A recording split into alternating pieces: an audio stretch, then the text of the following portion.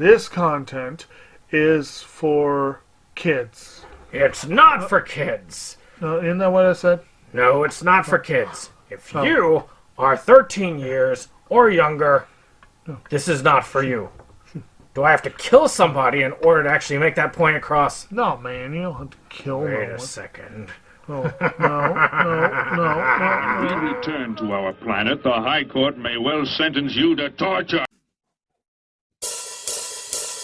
He likes movies, we like movies. SeptumSin versus the world. SeptumSin versus the world. SeptumSin versus the world. SeptumSin versus the world. I'd buy that for $1. Greetings! You're watching SeptumSin versus the World. I'm SeptumSin. Today, we're going to be talking about Bloodbath in the House of Knives. It's been a long time since I've done a review. A lot of people are changing it up, and I guess I'm going to get with the times because I am dropping the rating system. That's right. Goodbye, my ratings. I love you all, but people get mad when they see a number on it. They get obsessive for some reason. Oh, fuck! I'm pissed! I don't know why. I guess it's the same reason why a lot of people seem to think that my Skeleton Key review is of the more recent movie, not the crappy one. Yeah.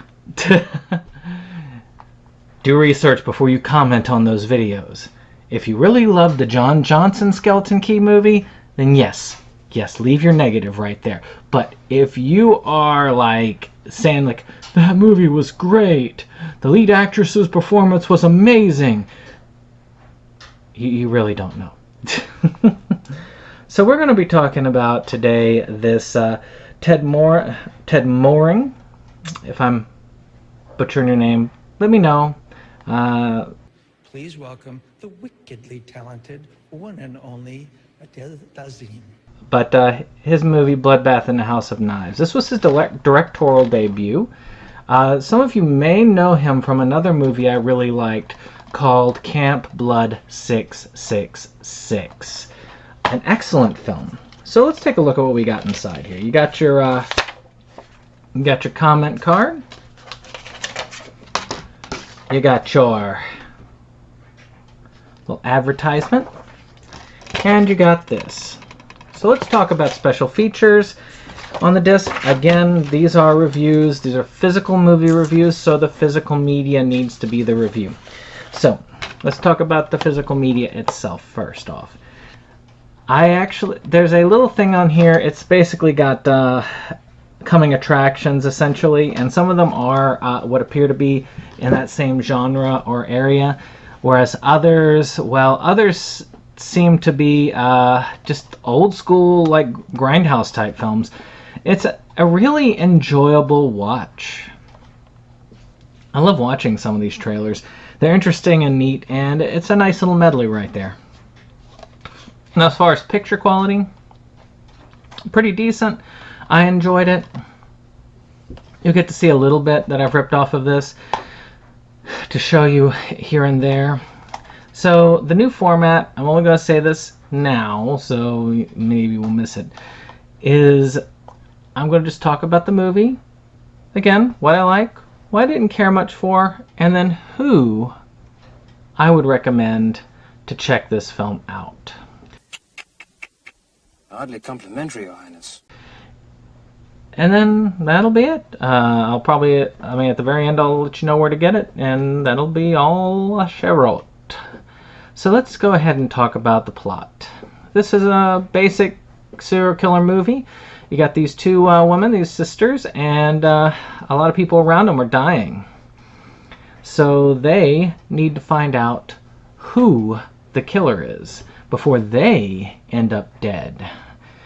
This killer seems to be doing a lot of basic, just hardcore slasher killing, and doing the whole I'm going to play around with my meal when it comes to the other two. The twist at the end, well, I'm going to save that for you, but there is a twist ending, so be prepared for a potential surprise if you're not paying attention. So let's talk about what I liked about this film. So let's talk acting. I'm going to save some of the acting for later, but as always, when I look at a B movie, I think of it in terms of B movie quality, which means acting needs to fit the B movie standard or better if I'm going to like it. That's a lot lower than, say, if I'm getting a AAA feature, multi-million-dollar budget feature film. That one I am going to be a little bit, I'm going to take that baseline, we're going to raise it a bit. Now on here, I really liked the killer. The person who did the killer, especially when they were doing the killings, there was a lot of intensity. When he was leaving the taunting messages, it had that creep factor. The killing at the beginning of this was extremely intense. It made me go, oh, at the beginning. In a good way. In a good way. So, also, the music in this. The music's a mixed bag. There were some cases where I felt like somebody was just going at the points. But there were a lot of cool tunes that were playing during this. A lot of good, well, just a lot of good music in general flowing from this that I think is great for the standard slasher fare. This makes it fun, makes it entertaining, and even the lesser of helped establish a feeling and the need to move the plot along. Now, one of my favorite things in this would have to be the killings themselves. They were done very well. I liked the design on the killer. I liked how the killer went about what he did. Very effective, very brutal, and you could feel the intensity level in each one of these deaths. And that is something that I felt was carried over when you see Camp Blood 666. So this really is a treat in that regard. If you like some good killings, this is a good film for that. I do think that 666 helped to revitalize that franchise, because I felt like it was struggling with 4 and 5, and it just really got brought back from the dead. Literally. So let's talk about some of the things that I didn't care for. Well, I really have to say the acting was abysmal in this. When I say abysmal, I mean like as in... It stinks. It just, no. Like I said, the killer did a great job. The rest took standard slasher movie fare and kind of went a little bit below that baseline. I was at that point where we're going, oh, this is bad. Still, you know, it did what it needed to do. It met the slasher movie standard, just maybe a slight, right on that line of the baseline, or maybe a tad below, but it was right there. So it wasn't enough that would make me go, I don't really want to watch this. But it was enough that I would say, if you were expecting at least like good level acting, like, you know, say your baseline for slasher, B movie slashers is here, and you expect something maybe, and like let's say AAA is up here, and you're expecting maybe here, I would probably say, nah, this isn't for you. Otherwise, I really didn't feel like anything else in this was that bad. All the effects were good. Everything was fun. It flowed very evenly. The acting is the only thing that I felt brought it down any notches. So, finally, who is this movie meant for? Who should be watching this? Someone like me, probably, because I like this type of film. I like campy acting. I like B horror films. They're fun. The killings are intense in this. It really brings it up a notch in that category. So to me, it is fun. So if you like a good B horror slasher, if you loved Camp Blood 666 and you want to see more by this director, if you like Camp Blood in general as a series, you'll probably like this.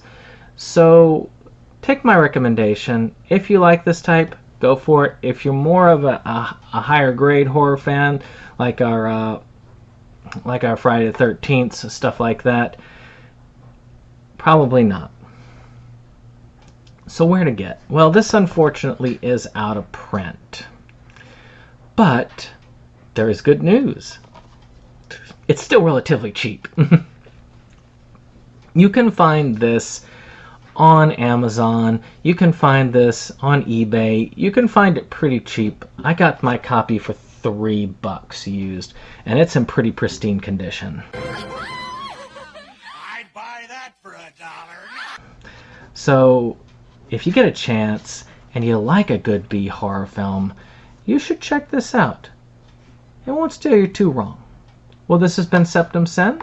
I hope you've enjoyed this. Hit that like button, hit subscribe, and of course let me know. Are you happy I dropped the ratings? Do you feel this speaks more to you, fellow viewers? Let me know in the comments below. But otherwise, I'll see you on the next one. Goodbye.